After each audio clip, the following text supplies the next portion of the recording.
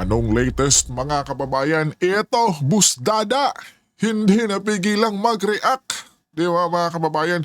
Sa nangyaring pag-uwi kay Congressman Arnie Tevez mga kababayan na ayon pa sa kanyang anak ay tila kinidnap di umano mga kababayan.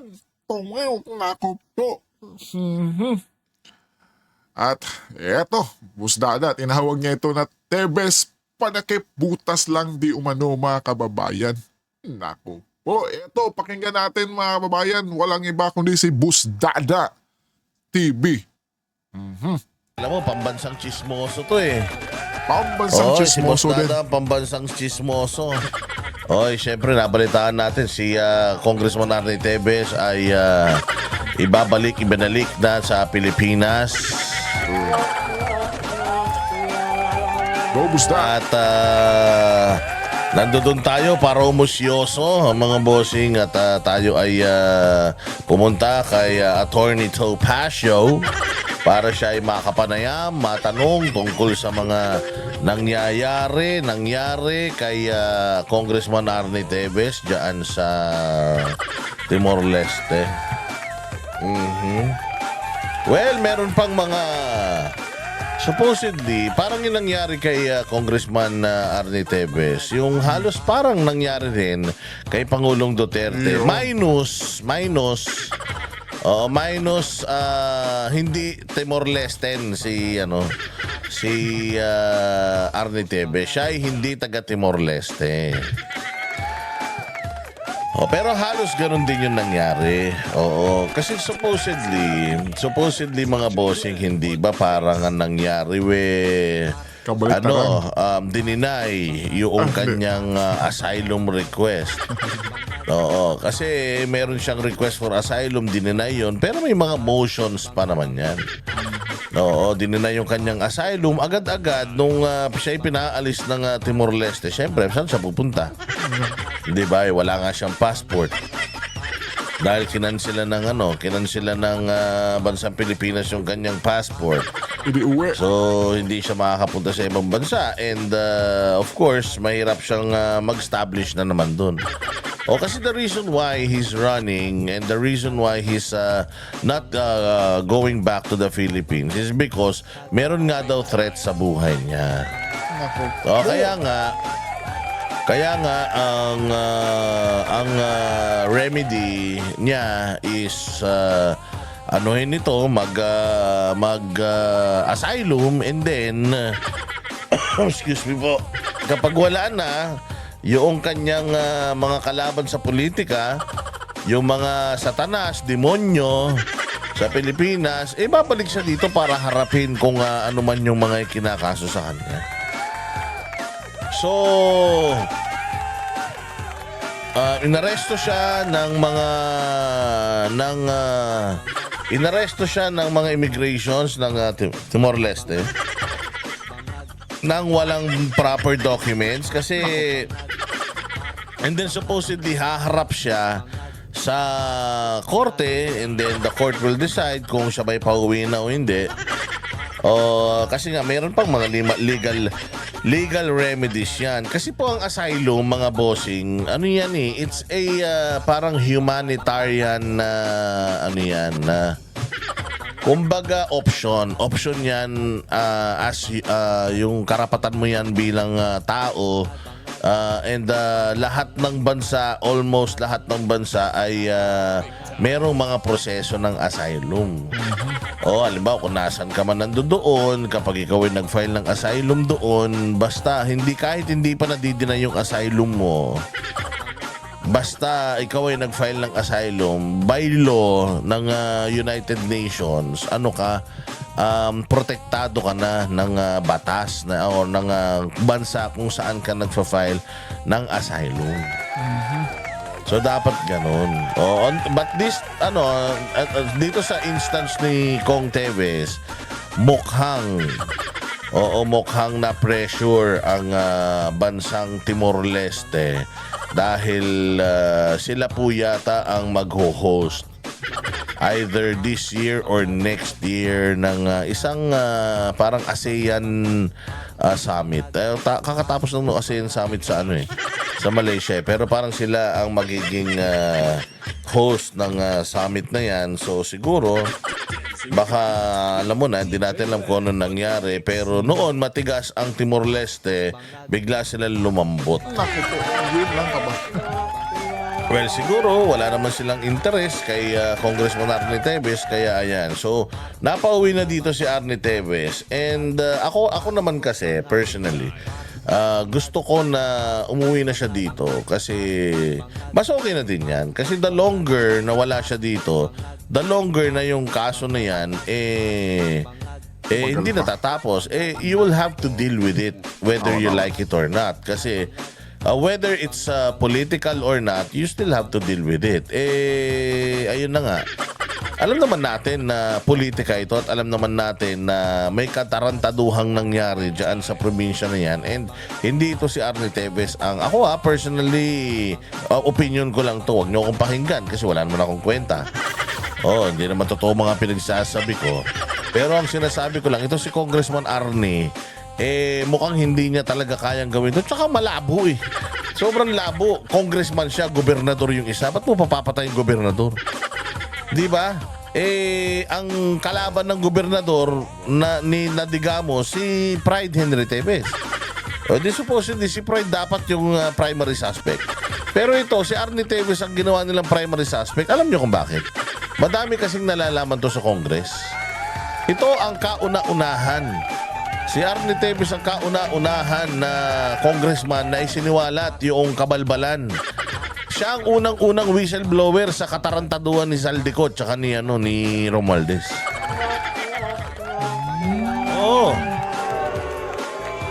Totoo yun, no? Siya ang unang-unang nagsiwalat ng mga scam dyan sa Congress. Siya yung unang-unang nagsabi na pinaprioritize nila yung DPWH dahil nandoon ang corruption. Mas mababa yung budget ng Department of Education, which is bawal sa batas yun, si Congressman Arnie Tevez. Kaya talagang tatrabahuhin to dahil maraming nalalaman nito. Ngayon, umuwi siya dito sa Pilipinas, nangangarap siya na magkaroon siya ng fair trial, mga bossing, ng mas mabilis. Kasi, alam mo, ang mahirap dito, parang ganito din ang ginawa kasi kay Pastor Apollo Kibuloy, mga bossing Alam nila na sakit ng ulo si Arnie Tevez dahil sa dami ng nalalaman niya. Kaya mas maganda, ikulong natin siya. Paano gagawin natin para makulong siya? Yun lang. Lagyan natin siya ng no bail na kaso. Ganyan na ganyan din ang nangyari. Mga bossing kay Pastor Apollo Kibuloy. Iisa lang yung kanyang complainant. Tapos napakadaming mga irregularities doon sa testimonya noong nagsasampa sa kanya ng reklamo. Tapos ang kaso human trafficking na napakahirap patunayan dahil as I've said, isa nga lang ang nagrereklamo, isa lang ang nagsampa ng kaso. Hindi ba? So paano magkakaroon ng human trafficking doon? And besides,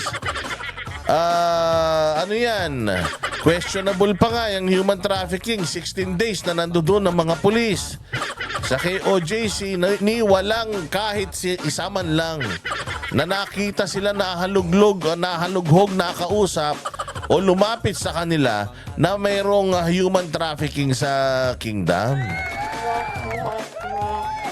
Parang ganun din ang ginawa nila dahil mahina yung mga kinakaso sa kanya, available yung ikinakaso sa kanila, dinagdagan ni Boying ng isa pa. Which is, yan, yung qualified human trafficking. No bail kasi yung qualified human trafficking. Marunong talaga sila, Busda, enough no? para anong ginawa kay Arnie Tevez? Ginawa siyang terorista. Pangalawa, finreeze yung assets niya. Ganyan na ganyan din ang ginawa kay Pastor Apollo Kibuloy. Finreeze yung assets niya, pribadong tao. walang kinikitang pera sa gobyerno. O walang pera ng gobyerno na nilustay. Pero finreeze yung assets. Saan ka makakita ng rape? Ang kaso, iisang tao, wala pang ebidensya, tapos naka-freeze yung assets. So this is all political harassment. Lahat tayo alam this is political harassment. Plain and simple. What happened to General Bantag is political. Why?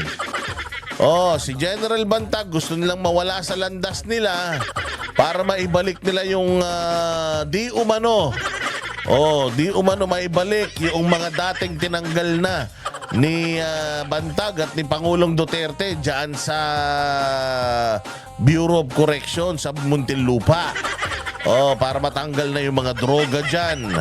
Ngayon, tinanggal si Bantag, idinawit sa pagkamatay ni Percy Lapid na 4 days bago mamatay si Percy Lapid, ang binabanatan niya si Boying Rimulya, tapos napakarami na binabanatan ni Percy Lapid si Bongbong Marcos. Kung lahat ng binanatan ni Percy Lapid inimbestigahan, ang tanong, naimbestigahan ba si Bongbong Marcos at saka si Boying Rimulya? Wala. Yun lang yung split kabayan. Pagkatapos niyan, ano na nangyari? Hindi na nahuli si Bantag. Dito naman tayo kay Arnie Tevez. Ganon din ang ginawa nila. Tinanggal sa posisyon. Mantakin mo si Arnie Tevez nasa Amerika nagpapagamot. May nangyaring krimen sa Pilipinas. Tapos si Arnie Tevez daw ang may kasalanan. Yung mga nahuli nilang mga 10 testigo nila, yung mga bumaril di umano, lahat nag-recant na ng kanilang mga testimonya. Kalain mo yun, kabayan, di ba? Hindi ba? Lahat yun sila, mga bossing, nag-recant na sila ng kanilang mga testimonya. Hindi ba si De Lima, na-acquit siya dahil nag-recant yung mga ilang testigo doon sa kaso niya. Bakit ngayon nasa labas siya? Di ba? Binaliktad na ng Court of Appeals yung ruling na acquitted. Hindi ba? Bakit ngayon nasa labas pa rin yung kupal na yan? Siyempre, na, alam mo na. Di ba? Kaya yan ang ginawa kay Arnie Tevez. Ginamit pa kamo yung anti-terror law na dapat sana sa mga terorista. Nauna pang naging terorista si Arnie Tevez kesa doon sa mga makakaliwa, makabayan black. Mas nauna pang naging terorista si Tevez kesa kay Franz Castro na guilty sa child abuse dahil sa mga insurhensya na yan. Yung anti-terror bill na dapat ginagamit natin. Yun yung nakapagtataka, mga kababayan, no? Na yung si Franz Castro ay nahatulan na, mga kababayan, pero hindi nila iniusig, mga kabayan, o hinahabol na dapat nang makulong. Di ba po, kabayan? Malaking katanungan yan. Para talagang mahuli ang mga terorista sa Pilipinas, nadeklara na ng United Nations, ng European Union, ng Amerika na itong NPA, CPP-NPA terorista. Pero yung mga kakampi ng CPP-NPA, nasa kamara pa yung iba, hindi pa naman sila natatag as terorista. Samantalang itong si Arnie Tevez, terorista na. Hindi ba? Yung Mauti nga, hindi pa nadideklara na terorista. Pero siya, naging terorista na, kongresista pa. Saan ka makakita ng terorista? Nagbubudots-budots lang. Oo, muntik nang gawin kay Pastor Apollo Kibuloy yan, mga bossing. Naku po. Na i-ano siya, 'di ba meron sa kanyang angel of death na dinidikit-dikit sa kanya. 'Di ba na kesyo meron silang private army, may mga baril sila. Oh, buti na lang matalino si Pastor. Ang ginawa ni Pastor kahit legal naman na kanya yung mga baril ipinagsusuli niya. Para lang mawala yung, kumbaga, mawalan sila ng reason para maghagalugad sa kanyang mga property. Lahat ng mga rehistradong baril isinoli ni Pastor. Kasi nga, ang plano nila, lahat ng mga pwedeng gamitin kay Pastor Kibuloy para mapatahimik siya, gagawin nila. Isa na yung anti-terror bill. O, kulang na lang gawin nilang terorista si Pastor eh. Oo, na kesyo napakadami daw baril, may private army, ganito ganyan. O gusto nilang gawing terorista para ma-freeze yung assets. At saka mahuli nila kahit walang warrant of arrest. Naku po. Kasi ganyan pagka na-tag ka as terrorist eh. Kapag ka ikaw ay tagged as terrorist, Finish pwede ka nang hulihin Naku po. nang walang warrant of arrest. Naku po. Diyan pa naman magaling si Torre. Diyan pa naman magaling si Torre, yung manghuli ng laway lang ang puhunan. O ayan, Patay di tayo ba? dyan, So ayan din, kabayan. ganyan na ganyan yung ginagawa nila kay Pastor Apollo Kibuloy. Practice yan lahat. Kumbaga, nagsimula silang mambaboy sa sistema noong panahon ni Bantag, napunta kay Tebes hanggang sa ginawa na nila palapit ng palapit eh. Puros lahat konektado sa mga Duterte. Si Bantag, appointee ni Duterte. Si Tebes, medyo dikit at DDS din. O, tas si Pastor, kaibigan, best friend ni Pangulong Duterte. Yun. Tumulong sa bayang Pilipinas. O sumunod, sino? Si Inday Sara na. Si Bongo, si Bato. Diba? O so ganyan ang kinakaharap ng bayan nating Pilipinas, mga bossing.